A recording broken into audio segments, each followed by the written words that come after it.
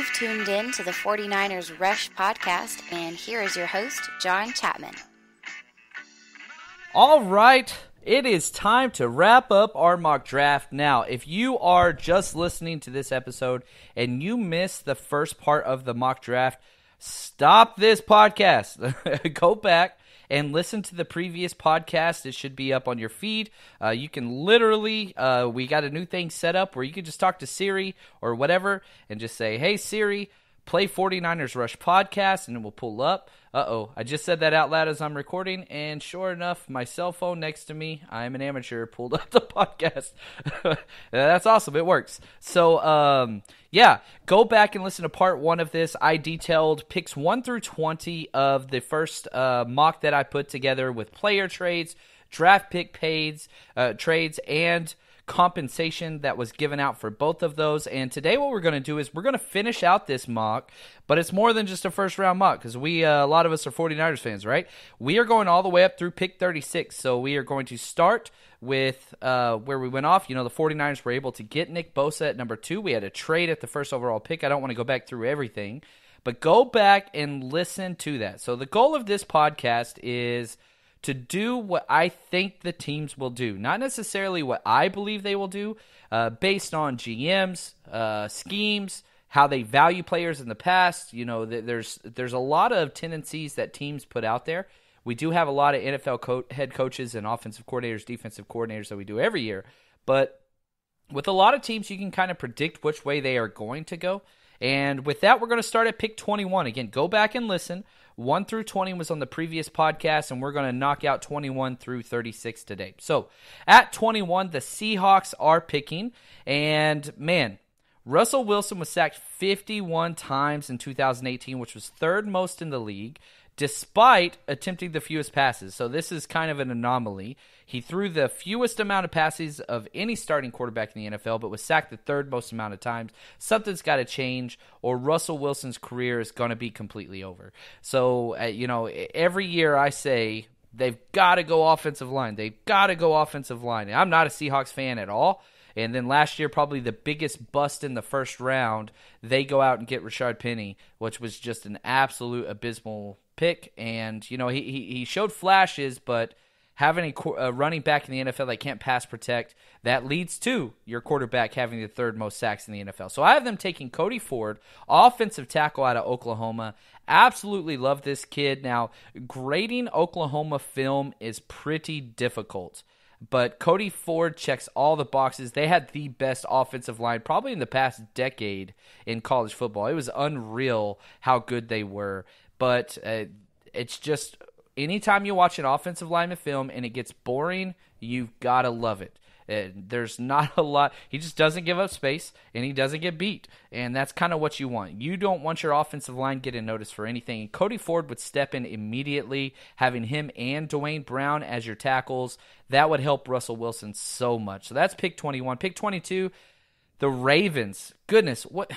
I'm not quite sure what the Ravens' philosophy is going to be. They cut Michael Crabtree, which was well needed. Michael Crabtree led the entire NFL in drop passes and had a 55% catch percentage, which is like Dez Bryant bad. I mean, it's just absolutely abysmal. There was one time in the NFL, Jim Harbaugh came out and said Crabtree had the best hands in the NFL. And he did, but those days are long gone. So I have the Ravens taking another wide receiver in N'Keal Harry, wide receiver out of Arizona State. They've got to figure out somebody that can catch Lamar Jackson's balls, which is a great phrase. Definitely, if that's taken out of context, that's going to be great. But he's a tall, rangy wide receiver that's going to have one of the better catch radius of the entire draft class. This kid can kind of do it all. I like him a lot. He'd be an instant upgrade, and it will help take some of the pressure off that running game as well. N'Keal Harry, his game film is very, very fun, and I think he would fit there. Now, the problem is, why take a wide receiver in the first round if it's not a strong wide receiver class, which I think there is a lot of top-tier talent, but not like early first-round time. I think this is where they start to go in the 20s. But why take a wide receiver if you're only going to throw the ball 15 to 18 times a game? And I think this is what the Ravens are going to have to struggle with. And, this is something new because The Ravens have been one thing, and now they're shifting to this new offense. What's that going to look like? Do they go get a stud running back to pair up and just say, you know what, we're going to run the ball 30-plus times with our running back. We're going to run the ball 15-plus times with our quarterback and just see what that gets. But at some point, you have to address the wide receiver position. What they have there, Crabtree's gone. John Brown's a free agent. There's just nothing there. There's nothing there. Willie Snead is your number one wide receiver right now. So they have to do something. If they go in the first round, I think that they will, but I'd understand it if they don't. Moving on to number 23. Again, Texans. We talked about the Seahawks having one of the worst offensive lines. Then I think you got to go Vikings, and probably Texans are going to be in that last tier as well. I've got them taking Greg Little, old tackle out of Ole Miss. Now, Greg Little's interesting because he's up and down. The talent is as high as anybody. But, man, if you piece together the clips of his bad film where his weight gets off balance, yikes. But the thing is, we're getting to the point now where the tackles are kind of gone. So what are we going to do? I can't believe they traded away Dwayne Brown, but they've got to do something to get Wilson. He led the NFL in most sacks in 61. We've already lost him at once this season, or once in his career, to an all-season-ending injury. Given that injury had nothing to do with context, so I don't want to take that out of context.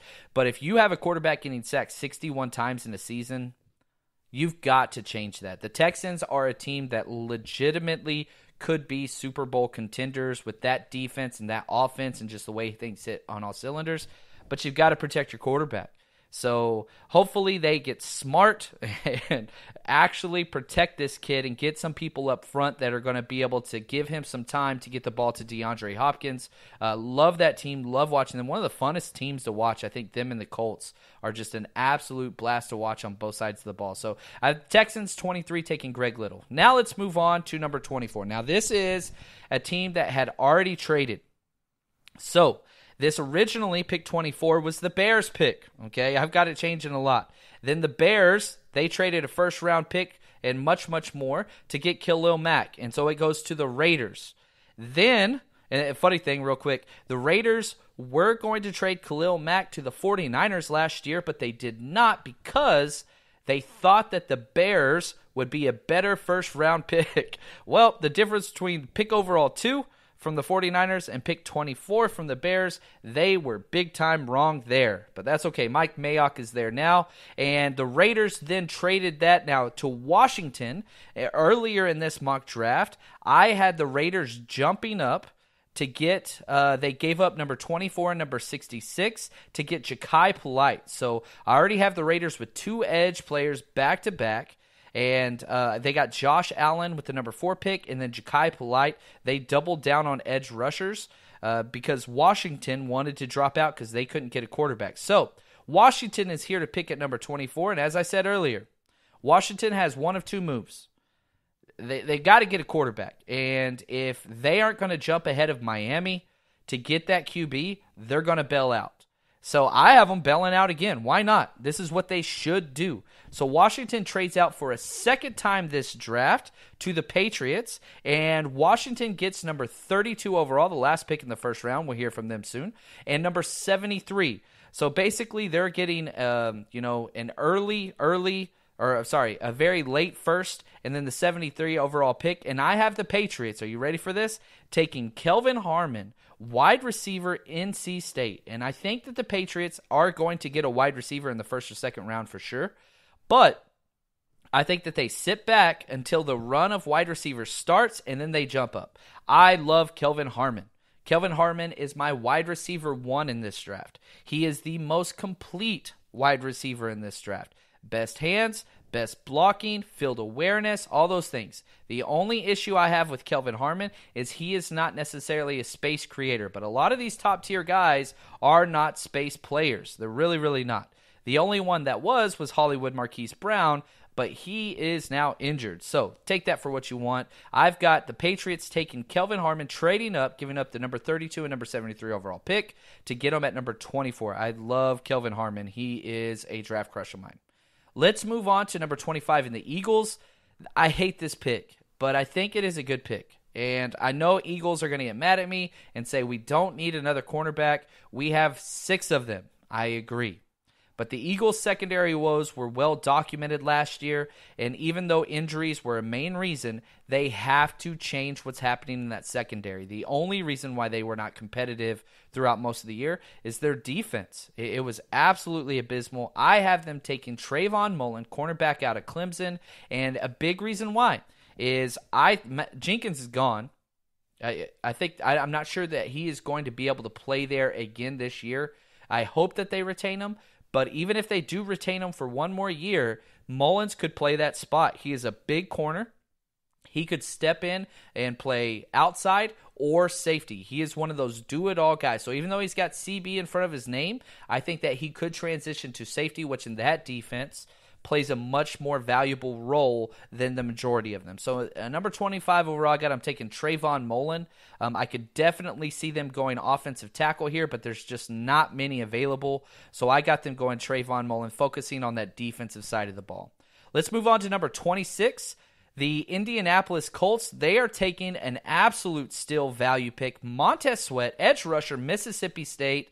Man, he is the 10th defensive lineman that has gone off the board so far in this draft, and this is what it's going to look like, guys. 10 defensive linemen in the top 26 picks. So essentially almost every other pick is going to be a defensive lineman.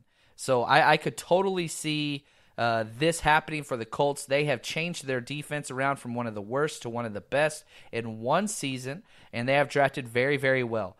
Montez Sweat is a long, just stud edge player. He's shined in Senior Bowl practices, and I just think that this would be an absolute home run pick. It's weird, once you get into this sweet spot of the draft, there's not much difference from the 12th overall pick all the way down to probably the 40th overall pick. Because you have your blue chip players, your Nick Bosa, your Josh Allen, your Quinnen Williams. You got these guys up top. But after that, there's just a bunch of different guys that are kind of graded out very similar. As I do my draft, I haven't finished up all of my first round overall picks. But right now I'm sitting at about 22 first round picks, 22 grades. And usually that's where it stops. But I know I'm going to have a few more guys that I'm throwing in there. As far as the second round, I have a lot of early second round grades, much more than I had last year. So the talent is very jam-packed once we get to the meat of this draft, which is taking place right here. So guys like Montez Sweat, guys like DK Metcalf, guys that, there's going to be people saying, why is he not going in your top 10? Well, look back and see who's going in the top 10. And again, this is a mock draft. I'm going to do several more. But this just gives us a way to look at the draft to see how it's going to shake out and say, good Lord, well, there's a lot of talent left here. So here we are at 26. The Colts take Montez Sweat. Just great pick. Now we move on to number 27. The Raiders are back. Okay, they have 3 first-rounders. Number 4 overall, they got Josh Allen. Then they traded up to get Ja'Kai Polite, and they still kept this first-round pick. So the Raiders still on the clock at 27. They're going to get DK Metcalf, wide receiver Ole Miss. And, man, I'm just telling you, Al Davis would be so proud of this pick. Just the idea of getting this huge height, size, speed combo in DK Metcalf. He had the huge neck injury, but everything should check out. This week's going to be very important for him at the Combine. This is just what it is. So this gives the Raiders Josh Allen, Ja'Kai Polite, and DK Metcalf, which is obviously a great overall first-round haul and part of this rebuild. And, I like DK Metcalf. Obviously, Draft Twitter loves him after those pictures came out, and he's jacked. I totally understand that. But you got to watch the film. His route tree is not diversified. He's a very raw prospect. He basically runs a hitch route or a wide receiver screen or a go almost nonstop. It's one of those 2 routes with a comeback route mixed in every now and then, or a drag or a post. So he's going to have a lot of work to do, but the physical traits are just about impossible to ignore. This is going to take this kid a while to develop, but he's going to be thrown into the starting lineup no matter where he goes as a first to early second round pick. That's DK Metcalf, number 27 to the Raiders. Now, 28, the Chargers. These guys are interesting because they think that they found a new way to play defense, and they decided in the playoffs to just throw a whole bunch of defensive backs out there and say, screw linebackers, we're just going to reinvent the wheel. And the first week, it worked absolutely incredible. Worked very, very well. Playing against Lamar Jackson and the Raiders, it looked great. Then they tried to do the same thing versus the Patriots, which was just the worst call imaginable. You're playing against the most run-heavy team, or one of the top 3 most run-heavy teams in the NFL, and that didn't work going small. But that's okay. The Chargers still try to outsmart everybody, and they go safety here. Deontay Thompson, safety Alabama. Now, he's had a terrible, terrible offseason. Started off with the championship game where he got burned by Clemson a few times. Now he is injured and probably not going to work out in the combine. He just continues to fall. This was a kid that people were putting in the top 10 before the championship game, and I think that this is a steal here, and I think that this is probably the best fit for him. Just because once he goes there, where are they going to put him? Are they going to put him at a linebacker? Are they going to keep him back at safety? He's going to play in the nickel. He can do so much, and the versatility is key there because he can play in a 2-safety system or a single high safety system. So Deontay Thomas is probably going to be on every single team's draft board, plus the whole Nick Saban coach thing definitely helps him out a lot. So I have him going number 28 overall to the Chargers. Number 29, the Chiefs. So close to putting this huge piece together.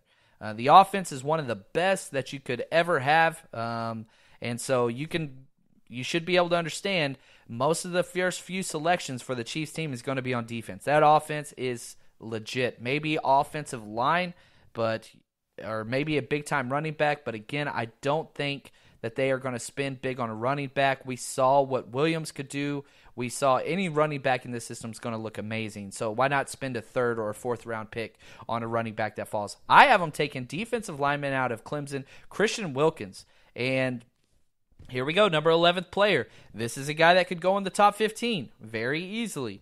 But he drops just because he's more of an interior guy. I do not value interior defensive linemen as much, but I have him going in the first round, so that should tell you something. And I think that this is, again, what the Chiefs are going to do.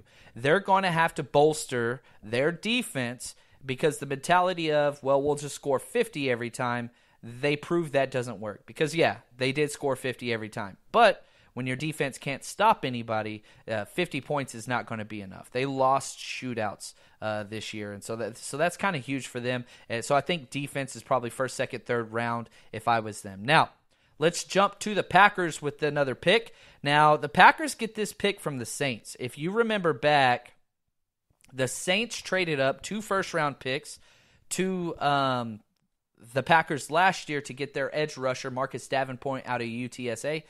Who's had an okay season. Wasn't great, but we knew he was a super raw player, so we didn't think that a lot of things were going to be happening with him last year, and we were right. It went very high on that player last year, but this is kind of what the Saints have done. They traded a future 2nd-round pick to jump into the 3rd round to get Alvin Kamara from the 49ers 2 years ago. That worked out amazingly well, but then they trade 2 first-rounders for to jump up for Davenport, and so they're out. So here we go. The Packers already had the pick at 12, and I had them taking Jalen Ferguson, which is going to be a little early for some people, but I am a huge Jalen Ferguson player. I think that he is just unreal.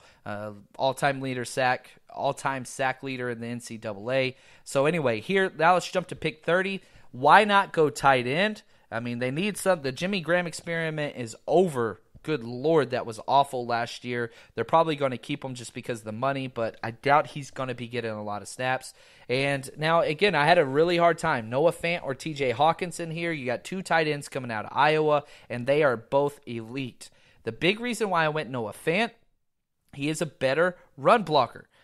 He is much more of a solid tight end. Not saying that TJ Hawkinson is a bad run blocker. Not what I'm saying. I'm saying if you're grading those 2 players out, Fant is the better run blocker. Hawkinson is probably the better receiver.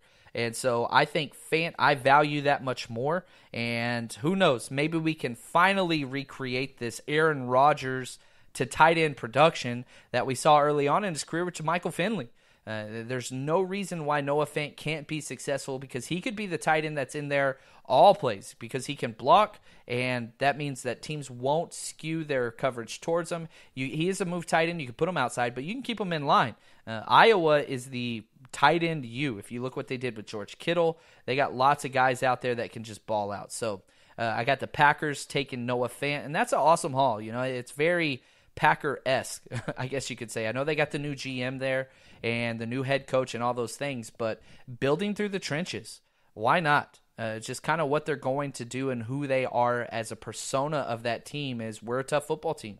So I love that pick there. Now, number 31, rounding out the first round, we have the Rams at 31. What are they going to do? I've got them taking Jonathan Abram, safety out of Mississippi State. Now, that's the thing with this kid. He should go higher. Another just stud safety, but he's got some shoulder issues.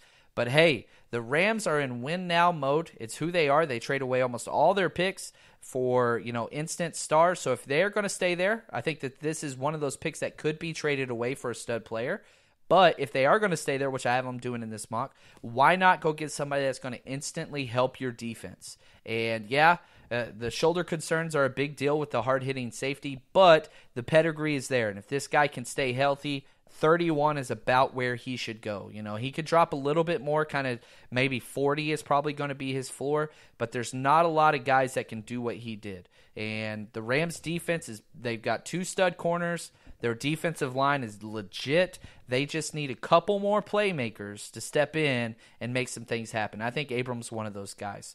Now, 32 pick overall. This would have been the Patriots, Super Bowl champs picks, but instead they traded up, if you remember, to get the wide receiver. They traded up to get Kelvin Harmon, pick number 24. And so we have Washington sitting here, who's traded back 2 times.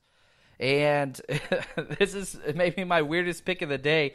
I got him going quarterback. Now, the options are definitely gone. Almost all the quarterbacks are gone. Kyler Murray, you got Haskins is gone. You got Drew Lock's gone. You've got even Daniel Jones is gone. So what's going to happen at this point? I think the 5th quarterback off the board is going to be Jarrett Stidham, quarterback of Auburn. And it's very important whenever you're getting a quarterback to make sure you get him in the first round, because if you pick them in the first 32 overall picks, you get that 5th-year option, which saves you so much cap relief. And if you can trade up or trade back and get a quarterback in those first 32 picks, it helps you out so much. We saw it last year with Lamar Jackson, where a team jumps up into there just because you're basically saying you're betting so much. If you draft a first-round quarterback and it doesn't pan out, your coaching career, you're going to have to move on to another team. But if you are correct, then you're going to be in cap hell, in 5 years. So you just got to kind of plan for that. So, yes, I know Jarrett Stidham's he's not going to be in my top 60 big board, but quarterbacks drive this league, and I cannot see Washington getting out of this draft without a quarterback selected. And they gained 2 additional third-rounders, which is going to be huge to drop back, and little extra. I think that's kind of good for them. Yeah, they could have stayed way up there at 15, but you drop back, build your base, because there's so many holes on this team. So now we are in the second round, and we're just going to go up to pick 36 with the 49ers. So here we go. Let's just keep it going. At pick 33, we have Arizona. Now, Arizona's had the most wild day ever in this mock draft. They traded out of the first overall pick, and they picked up number 70, number 69, number 98, and a 2020 first. So they got 3 additional picks there. Then they traded up with the Giants. They trade their quarterback, Josh Rosen. Go back to listen to the old episode if you didn't already. They trade Josh Rosen and number 94 to the Giants, and they select Kyler Murray with the 6th overall pick. Then they take Jawan Taylor with that number 7 pick that they traded back on. So they've got Kyler Murray and Jawan Taylor. Moving forward, why not continue to build around your young quarterback? And they take T.J. Hawkinson, the other tight end out of Iowa, who, man, the more film I watch of this guy, I just absolutely love him. I just don't value tight end too much.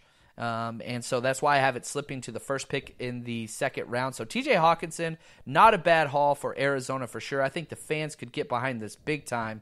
And talk about a transformation. You go from one of the worst coach offenses in the league, one of the worst personnel offenses in the league, and you add 3 kind of dynamite players, and I mean, just absolutely incredible. They would be so happy if they could do this. Now, pick number 34. We've got Indianapolis. Now, the Colts already picked Montez Sweat, the edge player, and they're going to go back to the other side. They're going to go to the offensive side, and they're going to get Riley Ridley, wide receiver out of Georgia, one of the best route runners in this league. Doesn't have the production, doesn't have a lot of playing time, but the measurables are there. The film is there. The hands are there. All those are there, and we saw his brother do it last year. He's going to fall just because he doesn't have the size of these other guys or production. But make no mistake, Riley Ridley is going to be a player in the NFL. And Indianapolis is very short on playmakers outside of T.Y. Hilton. If you have to rely on Eric Ebron, that should tell you something. That dude is just, I get it. He can score touchdowns, but he cannot catch the ball and is not reliable. So let's move to number 35, Oakland Raiders. They already have 2 edge players and a wide receiver. They were able to get Josh Allen, they were able to get Ja'Kai Polite and DK Metcalf. They come back with pick 35, and they get Andre Dillard, offensive tackle out of Connecticut. Now, this is a guy I'm having a hard time keeping him as low as I have him, because the more and more I watch him, the more and more it just seems very easy to project this guy as kind of that 15 to 20 round pick range. So I have a huge asterisk next to this pick saying I don't think that he falls this low. And if he does, I'd see somebody trade up to go get him. But Oakland has some major needs at protecting that quarterback. And I think Andre Dillard is going to be one of those guys that just keeps scooting up boards, and we're going to start to hear rumors about him. Andre Dillard is an absolute player, and I think the Combine's going to show that with his length. He has what the other elite tackles in this draft kind of don't have. He has that ideal length. So, in our last pick of our mock draft, number 36 overall, the San Francisco 49ers, they got lucky. They got Nick Bosa, number 2 overall, after that huge trade for quarterback at the number 1 where the Jaguars traded up and took Haskins. They got Nick Bosa at number 2. So what do they do here at 36? There's a lot of options. Kyle Shanahan came out today and said, basically our quarterback position is solid. Every other position, we probably need to add people. So there are some positions that stand out much more so than others. Obviously, cornerback, do you want to stay with your young corners that are very raw and have not produced? Opposite Richard Sherman, you got both safety positions. Are you okay with those? Do you want to stay with there? You got linebacker on defense. You've got guard on offense. You've got a swing tackle. You've got to replace Joe Staley eventually, and a wide receiver. So there's lots of ways to go. But as far as the way the board fell here, I have the 49ers taking Devin Bush, linebacker out of Michigan, who I have ranked basically around that 28 to 29 range. I don't have a first-round grade on him, but I have no problem if a team took him in the first round. The problem is the position he plays. Off-the-ball linebacker continues to be less and less important as financially, draft pick-wise, all these things, but it is a major need for the 49ers. Obviously, Fred Warner last year just played absolutely lights out, 3rd-round pick out of BYU. But if you paired him up with Devin Bush, and perhaps this defense could finally start to turn around and not be a laughing stock. I hate to say that, but whenever you force the fewest turnovers in the history of football since they started keeping that stat all the way back in 1940, that should tell you something. You are not an elite defense. So I got them taking Devin Bush, which would just be unreal. That defense, if they got Nick Bosa and Devin Bush in the first 2 picks, this defense would turn around immediately. So, just want to say thanks for listening. Shout out to our sponsor, Game Day Sports and Memorabilia. Those guys are just unreal. They're the best. We literally have the best sponsor. I believe that. Head over to their site, GameDaySportsMemorabilia.com. Whatever it is you need, whether it's for a birthday or whatever, it doesn't matter. Just graduation present, and all those high school kids are graduating. Figure out their favorite team or player. Get them a jersey. I promise you they will love it. Game Day Sports and Memorabilia, they are unreal. And if you guys have any complaints and you hate this and you're just like, why would you do this and why would you do that? This is stupid. Man, I would love to hear that. please send all complaints and insults to my Twitter at JL_Chapman. I love arguing, and I will listen to your comments, and we will argue. It will be so fun. But thanks for listening, and we will be back to our positional breakdown with the wide receiver position. I've got a whole bunch written down, a whole bunch of comps made, and all that stuff. So stay tuned. We got a lot more coming up, and enjoy the combine, folks.